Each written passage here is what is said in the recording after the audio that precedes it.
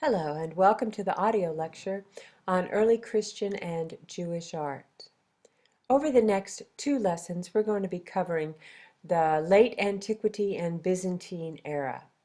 Basically, this is the first 1,000 years of the millennium after the death of Christ.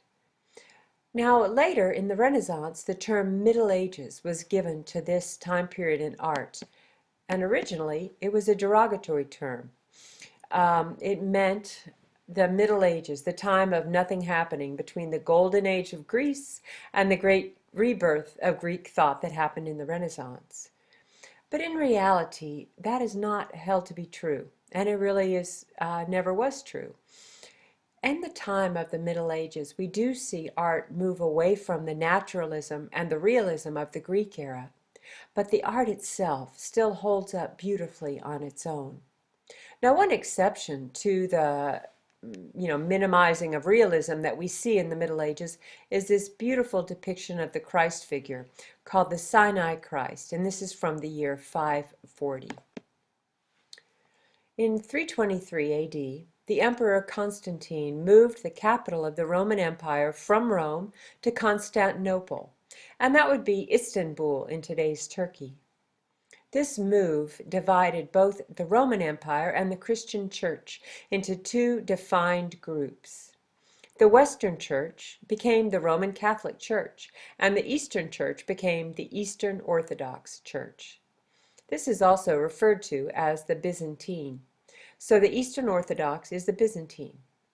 In the Roman Catholic tradition, the church was independent of the state. So the state and the church were two different entities, although the church leaders still did hold a lot of control. In the Eastern Orthodox, on the other hand, the church and the state were combined, so that the governance was directly related to the church governance. And what this did was lead to a very powerful Eastern Orthodox Church that maintained power for centuries. As the Catholic Church went through a tumultuous time, where we see the church and the state struggle to maintain a balance of power. This image lower right depicts an artist rendering of Constantinople at the time that we're looking at. And above that is a bronze sculpture of Emperor Constantine. What do we mean by Byzantine and Western Church and the Roman Catholic Church? So here we have the Eastern Orthodox Church, and here we have the Roman Catholic Church, the Eastern and the Western, as they were split at the time of Constantine. In the early days of the Christian Church, before Constantine ended the persecution, Christians had to meet in private homes. They also met in the catacombs or the burial chambers under the populated areas. The very first Christians were generally those that were not thriving in the population. They were the poor people and a lot of women. But then over time, this new religion took on many, many more followers, and it seemed prudent for the leaders, for the Roman leaders of the time, to accept it. So even though Constantine did end persecution and he had a vision, he didn't actually convert until he was on his deathbed. One might wonder if he made that first legalizing of Christianity for more political reasons, to keep the peace.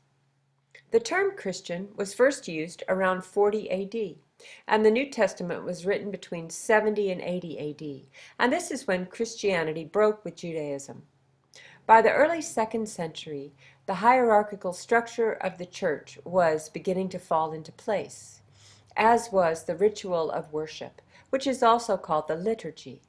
This was being developed at this time and continued to develop over the next several hundred years. To the top left, there's a model of an early Christian baptismal font, and this would have been in a private home. Baptism was a very important part of the practice of early Christianity. And here below that we have a home synagogue, which was an example of the Jewish faith. This synagogue is from a place called Durrës Europos, and it's an ancient city that was found in Syria and has continued to give us much information about the history of the church. Now, we'll hope that Dura Europos is still survived to this day, but because it's in Syria, we don't really know. Let's take another look at the catacombs, shall we? Now, primarily, the catacombs really were burial chambers, but there were times when the early Christians met here to worship because it was the only safe place. This catacomb, which is beneath Rome, really shows you the various styles of the early Christian painting. We have two things happening here. We have a narrative painting, this one, and possibly these. These are paintings that will tell a story. These were intended, they were painted with a very specific purpose, and that would be to educate the illiterate followers of Christianity about the stories of the Bible and about the origins of the religion. Now up here at the top, we have a picture of the Christ figure surrounded by these stylized stars. So that would be Christ in the heavens. And that's an example of what we'll call the iconic style, icons, and we'll explore that a little bit further in the lesson. But what this basically means is creating a work of art to represent something sacred or a sacred figure. And these can actually come to be worshipped in their own right, which caused a little problem in the church going forward. Most of the records that we have of the earliest Christian art, and that would be between the years 0 and say 500, most of that's in the form of paintings, and they're primarily frescoes. There are a few sculptures that have survived. We think that so much of the artwork really has disappeared because the Christians were meeting in secret, and they probably didn't have very elaborate sculptures or other religious artifacts because they wanted to keep their worship private. Here we have a statue that reflects the Greek influence. It also shows symbolism of a shepherd caring for his flock. This was symbolic of the Christ figure caring for the followers. And these images at the bottom of the page are quite famous, and they're quite odd if you can see closely. This is Jonah and the whale. But the whale looks sort of like a whale, lizard, snake thing. So obviously the artist had never really seen a whale, but had an active imagination. Around the year 325 AD, Constantine convened what's called the First Nicene Council. This council completed a Latin form of the Bible, which was called the Vulgate, and all that term means is the Bible for the common people. There was another Nicene Council, I believe in 725, and that defined the real rules of the Catholic Church. So it is interesting to reflect upon early Christianity and then these two councils, which sought to create more of a formal ritual and the guidelines around which this early religion would practice. As Christianity continued to grow, once it was legalized, there was a need to build a lot of churches in a hurry. So let's look at how they did that. After the Edict of Milan in 313, when Constantine ended the persecution of the Christians, there was an urgent need to build churches. There were two primary styles of churches that developed from this time. The first is called the Basilica plan. It's also called the longitudinal plan, and the second is called the central plan. Although the Basilica plan was modeled on the old Roman forums, the first model for the church was Old St. Peter's in Rome, which was built in 333 on the spot where St. Peter was supposed to have been crucified. The design of this church was widely adapted by the Western Church, and we still see it in many churches to this day. Now, the Eastern Orthodox Church favored the central plan. Here we have the longitudinal plan, or Basilica plan.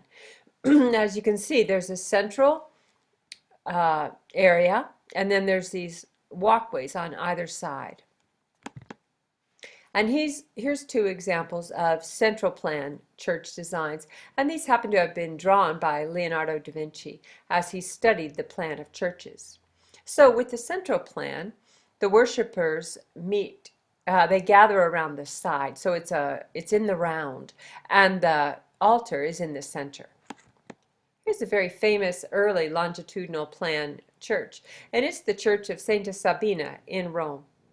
When you look at this, it seems pretty simple and nondescript, really, from the outside.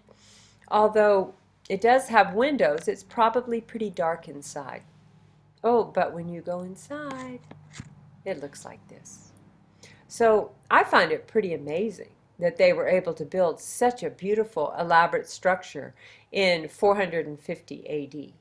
And now let's look at a round plan church. This is Santa Costanza, and that's also in Rome. You see here how the altar is in the middle, and the place for worship is all in a circle around it.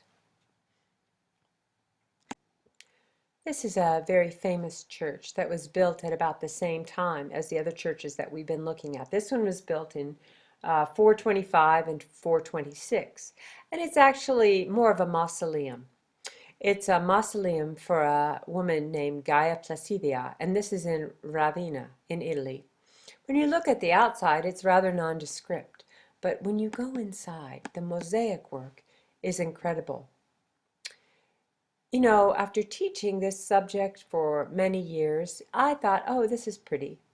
But then, when I recently was able to go to Italy and to visit these ancient mosaics from the first 100 years, couple of 100 years after Christ, I was just blown away. Still, 2,000 years later, they still have this luminous quality. They're gold and precious stones, and it really creates a feeling of wonder, really, when you go into this place, but also the places themselves, the churches, are really quite magnificent. So this is in the oratory of Gaia Placidia, and let's look a little closer. Notice how, I'm not sure if you can see this, but look at the deer. Aren't they beautiful? And the way that the patterning is so intricate. And this is how one would walk into it. And then here we have the chamber. And from here, when you look up, this is what you would see. See the cross with the stories all the way around. This is one of the ways, as I said, that the lessons of the Bible would be taught to the followers who couldn't read, and most people at the time couldn't read. Oh, let's talk about icons, shall we? This mosaic of Christ is from Hagia Sophia, which was built in Constantinople. The term icon means an image representing a sacred figure or event. Many early Christians believed that a consecrated work of art was a kind of vehicle to communicate with the spiritual world. So in other words, they would be, let's say someone was worshiping the Christ figure. Well, if there was a very powerful mosaic of the Christ figure, the early worshipers would essentially worship that. So prayer rituals often involved the worship of these images, and the pilgrims would venture on long journeys to visit sacred shrines and sacred works of art. This caused a little trouble in the church. Many of the church leaders viewed this practice as being dangerously close to idol worship. Beginning in 726, the Emperor Leo III undertook a campaign called iconoclasm, iconoclasty, or image breaking. Many beautiful works of art were lost to time during this iconoclasm period. During this period, all religious images, especially those that were the most magnificent, were destroyed, although as we see here, some have survived. People who defended the images were persecuted. Over the next 120 years or so, iconoclasts ruled the church sporadically, but it was also a time of great upheaval in the church. Here's an example of another quite beautiful icon. The iconoclasts weakened church power as the wealth of the art drew patrons and converts. So in other words, if somebody was going to travel for days to visit a relic or an icon, and that icon was no longer available, well, they probably wouldn't make the trip. Or if a wealthy patron was going to make a donation on behalf of an icon, they might change their mind. This iconoclasm also increased the tension between the East and the Western churches, as the West defended this practice. Eventually, the church figured out how to have a workaround, so to speak. They made a distinction between veneration and respect and actual um, worshiping of an image as an idol. The images were once again used as a teaching tool for the largely illiterate worshippers.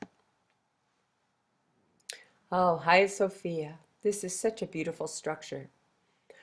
While the Western Roman Empire was weakening, the Eastern Byzantine Empire was strengthening.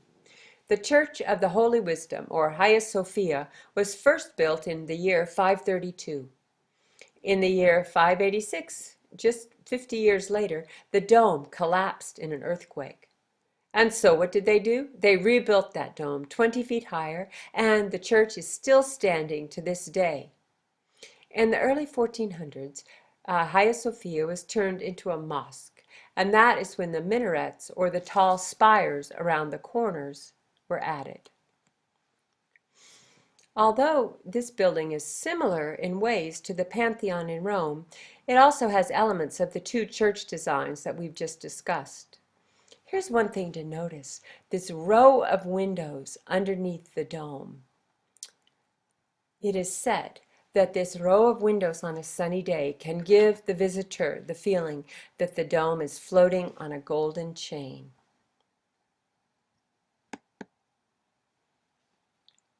Here we are going to talk about the Church of San Vitale. This church is also in Ravenna in Italy, and it's one of 8 sites in that city that are UNESCO World Heritage Sites and considered to be prime examples of Byzantine and early Christian architecture.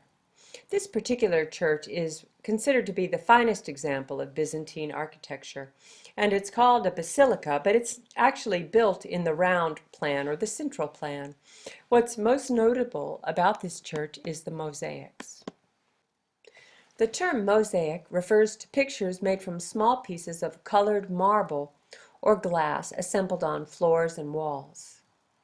This method was also widely used in Roman times, but in the Middle Ages it became a primary way to create these images in sacred places.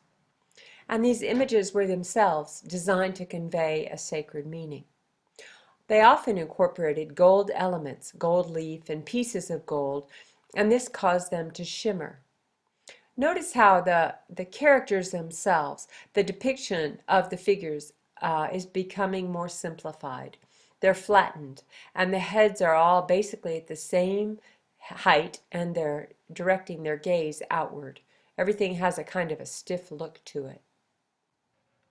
To see these 1500-year-old works of art in person really changed my approach, really changed I could say, my attitude about this style of art. Because as someone who loves the style of art of the Renaissance and the Greeks, this could seem to be, bad art. But in reality, when you consider that what they were doing was they were creating, the artists of the period were anonymous, and they were creating a sort of a every person and every man. So the ideal of the individual was much less important at this time, whereas the whole of the church was really the focus.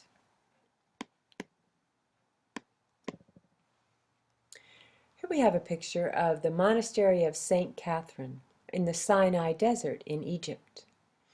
Now this is the oldest active monastery. The first record of any religious practice at this site was in around 385 AD, and the church was built between 548 and 566. According to legend, St. Catherine was killed and her remains were dropped at this site. This is also, according to legend, the site where Moses got the Ten Commandments, where he received that teaching.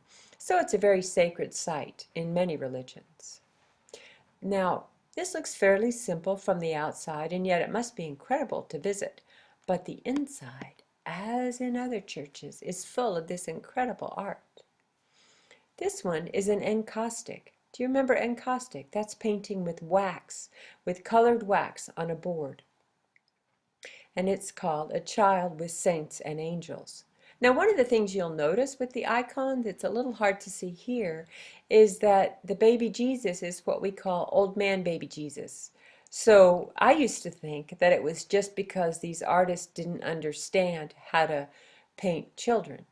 But no, there's actually a whole school of thought where, okay, so you have a baby, but the baby is the Christ figure, so also very old. And that's why they made the baby Jesuses back in the day look like a very mature, kind of oldish man sitting on Mary's lap. If you're an artist, I'll tell you the real trick here. That our eyes, they're halfway in our head. So half of our head is above our eyes, half of our head is below our eyes. But as children, the younger we are, the lower the eyes. So when a baby's born, their eyes are just about a quarter of the way up the face, and the rest of it is all their head, their brain. So anyway, there's a little fun art fact. Next, we're going to talk about the Dome of the Rock, which is in the old city of Jerusalem. This site is considered very sacred by all three of the Abrahamic traditions. These are traditions, religious traditions, that go back with Abraham as one of the founders. That would be Judaism, Christianity, and Islam. Now, what we're looking at now is the Golden Domed Mosque, currently on this site. But it's also considered the site of the Jewish temple, the first two Jewish temples. One was destroyed by Nebuchadnezzar. The first one was built in like 1000 BC, according to tradition. Then it was destroyed by the invading armies and rebuilt, and then destroyed again. It's also believed to be the site where the Temple of Solomon was built. So this gives one pause, as here's one place on the planet, and the three different Abrahamic religions, or religions of the book, as they're also called, are seeking to find their way to all celebrate this site. Now this brings our lecture on the early days of Christianity to a close. One of the things that gives me pause is that we started this lecture with the persecution of the early Christians. And it seems like if we fast forward to this day, religion and conflict have often been close at hand with each other. And yet somehow both religion and conflict have survived to this day. All right, that's all. Thanks for listening.